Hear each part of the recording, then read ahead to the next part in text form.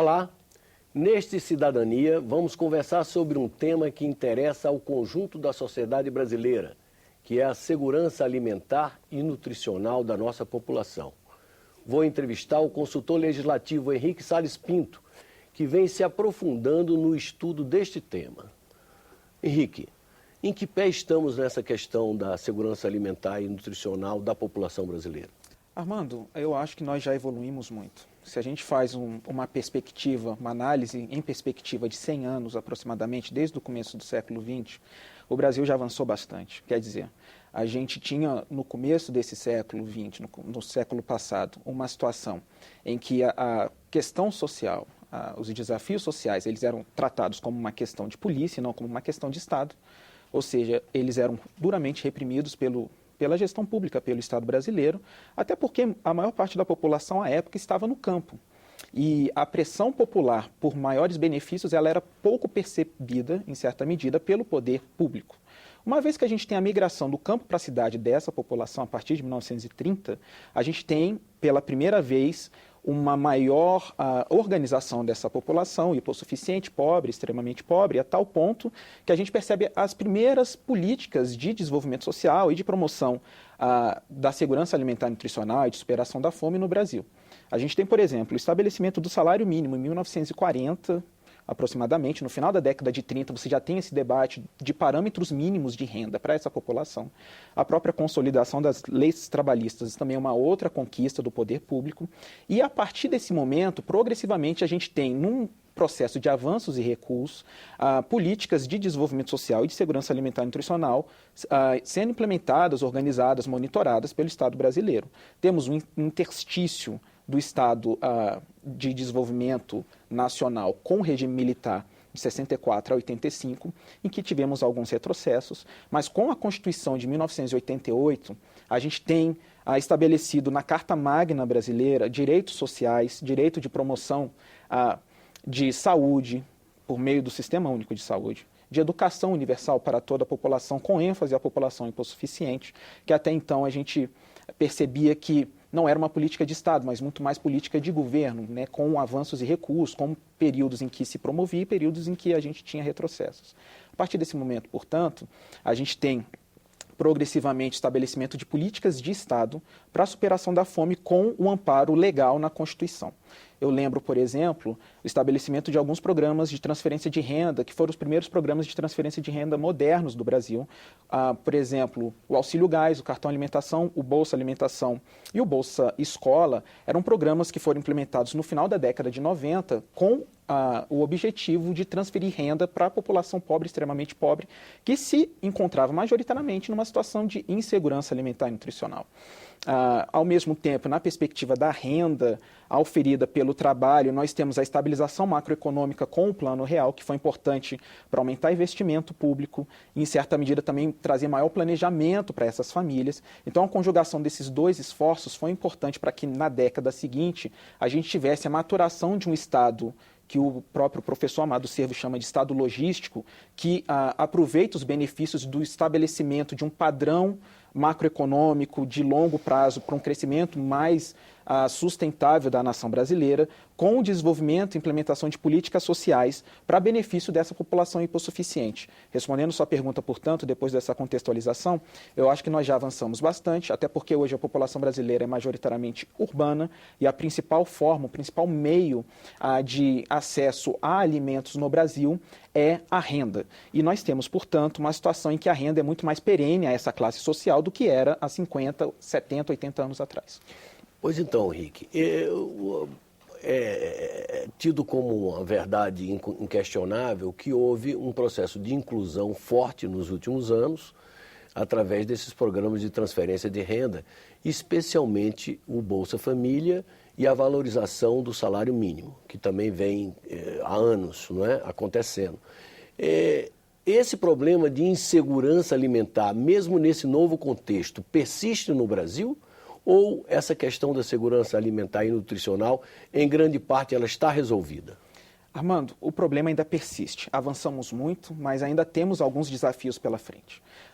Eu me lembro, por exemplo, de uma pesquisa recente realizada pelo Instituto Brasileiro de Análises Econômicas e Sociais, o IBASE, em que eles analisaram e fizeram uma pesquisa com entrevista com 5.000 famílias em todas as partes do Brasil que pertenciam e são beneficiadas, portanto, pelo programa Bolsa Família. E, de acordo com essa pesquisa, se, por um lado, 87% da população do Bolsa Família recebe o benefício e o utiliza na aquisição de alimentos com prioridade, ou como uma das prioridades do núcleo familiar, por outro lado, a gente ainda percebe que muitas dessas famílias estão em situação de insegurança alimentar e nutricional.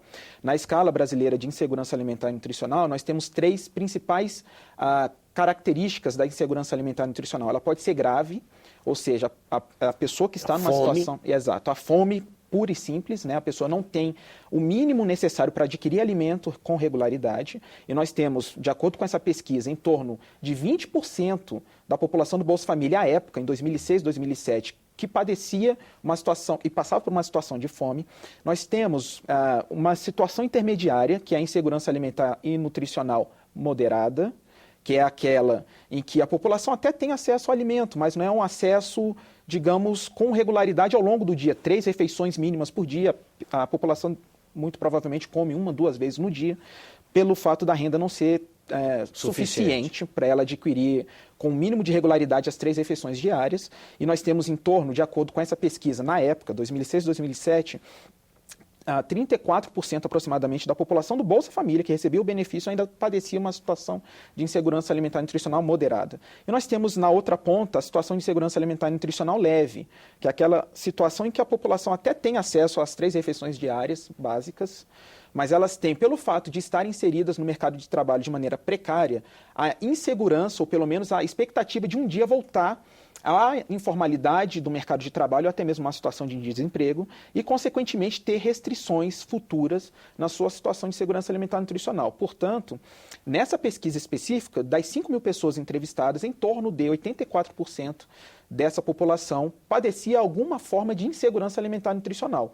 Nós entendemos no estudo que fizemos, ou porque a renda ainda não era suficiente para adquirir os mínimos necessários com regularidade ao longo dos dias, ou porque a renda era instável. Você tinha uma situação de emprego no mercado informal, que é muito comum a essa parcela da população, pela baixa escolaridade, pelas dificuldades de inserção, de inclusão produtiva, que é peculiar a esse público, e, consequentemente, você tinha, então, uma instabilidade de renda ao longo do tempo. Consequentemente, a situação de insegurança alimentar e nutricional ainda é um desafio para esse público, não obstante os avanços que foram realizados nos últimos anos. Isso significa que esse contingente imenso, fala-se de mais de 30 milhões de brasileiros que foram incluídos nas chamadas classes médias nesses últimos anos, quer dizer, eles podem sofrer um retrocesso na sua condição de vida e voltarem àquela situação de pobreza anterior? Podem, Armando. Não só porque muitos dos avanços são aparados no estado de bem-estar social que foi construído ao longo dos últimos 20, 25 anos, 30 anos, mas também porque nós acreditamos que a própria renda dessas famílias é uma renda instável pelo próprio perfil socioeconômico das famílias. Considerando um contexto macroeconômico um pouco mais geral que estamos vivendo atualmente, o próprio baixo crescimento econômico do país, da economia brasileira, ele é uma ameaça para a situação de segurança alimentar e nutricional de médio prazo, porque nós analisamos que muitos dos benefícios são oriundos da transferência direta de renda por meio do Bolsa Família ou por meio de outras ações implementadas pelo poder público de assistência social, por meio, por exemplo, dos centros de referência de assistência social ou centros especializados de assistência social, que são centros importantes que transferem, em certa medida, não propriamente renda, mas conhecimento, atenção, instrução para gastar e para investir os recursos oriundos dos programas de transferência de renda de maneira adequada. Então, esse estado de bem-estar social ele é caro. E se nós mantivermos as taxas reduzidas de crescimento econômico que estamos tendo nos últimos anos no Brasil, em perspectiva de médio prazo, a gente pode ter, sim, dificuldade para manter os benefícios a essa população que hoje se beneficia de um conjunto de políticas públicas que hoje são importantes, sim, para manter minimamente a qualidade de vida dessa população. Por outro lado, a renda também oferida pelo próprio trabalho dessas famílias, com baixo crescimento econômico, também pode ser, em certa medida, ameaçada, porque, como já falamos, a maior parte da população está no mercado informal e a informalidade ela é muito volátil. E com o crescimento econômico também um pouco reduzido na perspectiva que temos tido nos últimos anos, muito provavelmente a gente vai ter uma situação de redução no mercado de trabalho, não obstante atualmente nós temos índices de emprego praticamente de pleno emprego, quer dizer, a população brasileira tem um índice de emprego disponível bastante alto, considerando, sobretudo, a média histórica que nós temos no Brasil, mas, ao mesmo tempo, na perspectiva de médio prazo para frente, a gente pode ter dificuldades pelo baixo crescimento. Então, tanto na ótica das políticas públicas, como na ótica da renda oferida pelo trabalho, no mercado formal ou informal, nós podemos sim ter algumas dificuldades na manutenção ou na garantia da segurança alimentar e nutricional da população brasileira menos favorecida, aquela que faz parte dos núcleos de extremamente pobres ou pobres do programa Bolsa Família.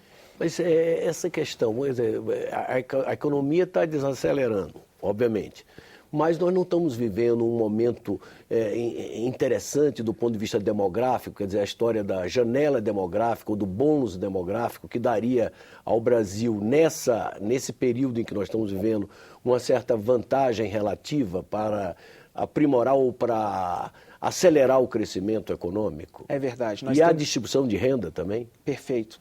Nós temos essa facilidade porque hoje a população brasileira ela é majoritariamente adulta. Ou seja, eu queria que você explicasse o que é a janela demográfica ou bônus demográfico. Perfeito, Armando.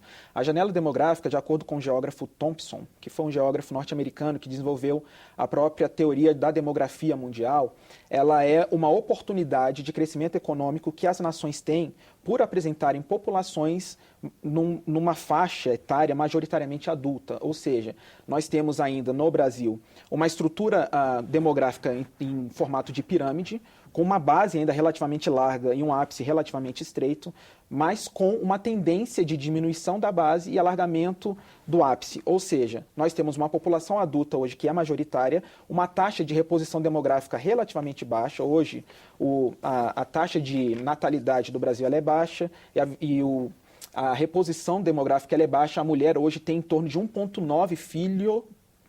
Ou seja, não temos nem 2 filhos por mulher hoje no Brasil, em média. E isso significa que, na perspectiva de longo prazo, no fim da janela demográfica, isso pode ser um problema. Atualmente, a janela demográfica, pelo fato da população ser majoritariamente adulta, é a população que pode contribuir com a geração de renda no país, no caso, o Brasil.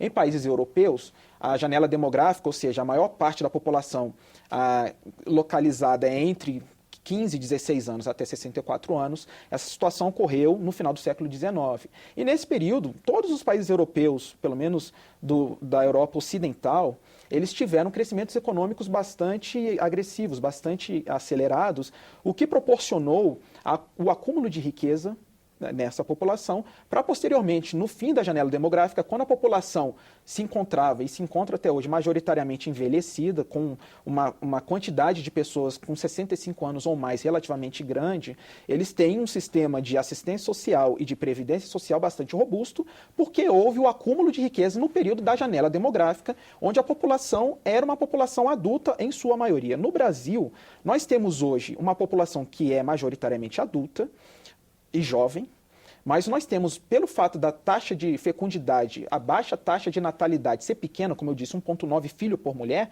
a gente tem uma perspectiva de longo prazo problemática se mantivermos os índices de crescimento econômico que estamos tendo nos últimos anos. Que são muito baixos. Baixos. Hoje... E o que você recomendaria, de forma geral, aos políticos brasileiros? O que providências deveriam ser adotadas para cristalizar, para continuar havendo esse processo de inclusão social e sem risco de retrocesso? Armando, não tem segredo. Eu acredito que os políticos, o próprio Congresso, o próprio Poder Executivo tem de debater e intensificar um processo de aumento e expansão do investimento, que é o gasto público que traz um retorno de expansão da oferta agregada. O que nós tivemos no Brasil nos últimos anos foi uma expansão, ou pelo menos a manutenção do produto interno bruto, e uma expansão modesta, é bem verdade, sobretudo após a crise econômica dos Estados Unidos por meio do em colapso, 2008. exato, colapso do sistema imobiliário norte-americano, com Lehman Brothers e outros bancos, o Brasil ele adotou uma estratégia que no curto prazo ela é válida, que é a estratégia da expansão da demanda, do consumo. Ou seja, as famílias consumiram mais, o crédito abaixou, nós tivemos um aumento muito agressivo do gasto do governo, e isso no curto prazo manteve a renda minimamente estável no Brasil, o nível de emprego e o próprio nível do salário mínimo real. Agora, à medida que nós nos aproximamos no médio prazo, a gente precisa ter a reversão dessas políticas de expansão da demanda para a expansão da oferta, e isso necessariamente requer estratégias de maior investimento em infraestrutura, que ainda é muito precária no Brasil.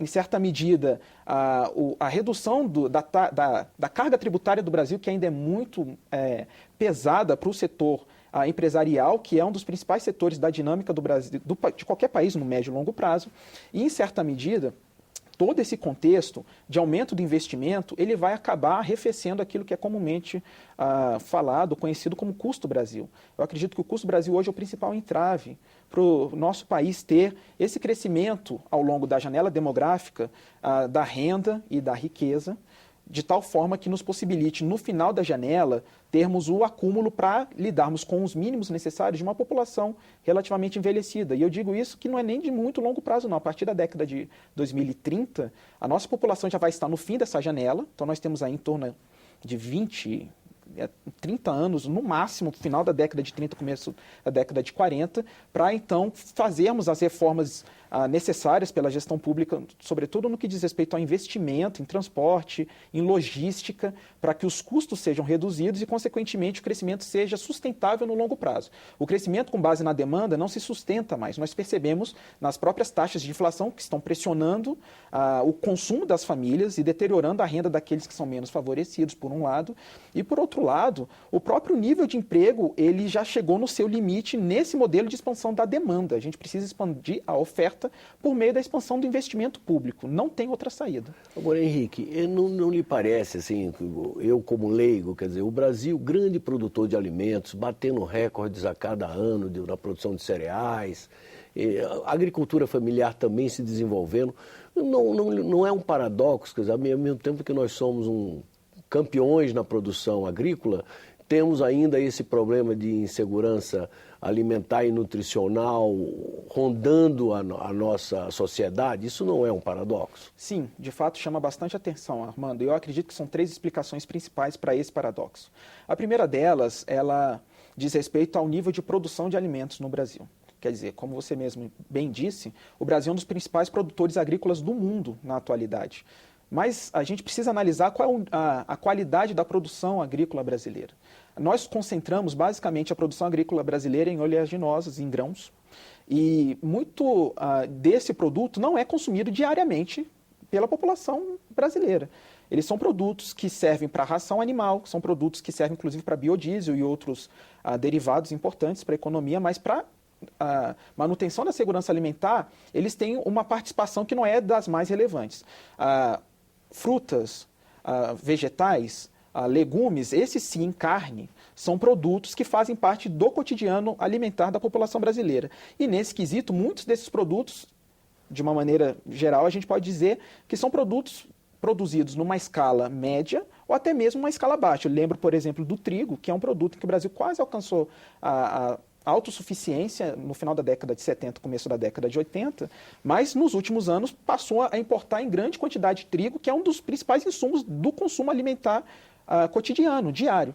Então, na perspectiva da produção, a gente tem esses pequenos problemas, mas eu acho que o principal problema não está propriamente no que a gente produz, mas de como a gente destina a produção para o mercado consumidor. E aí a gente volta a essa questão do custo logístico que nós temos no Brasil, estradas em má condições de uso, nós temos pouco investimento em ferrovias e hidrovias, que são meios de transporte muito mais baratos e com custo fixo, que tende a diminuir ao longo do tempo pelo ganho de escala na produção.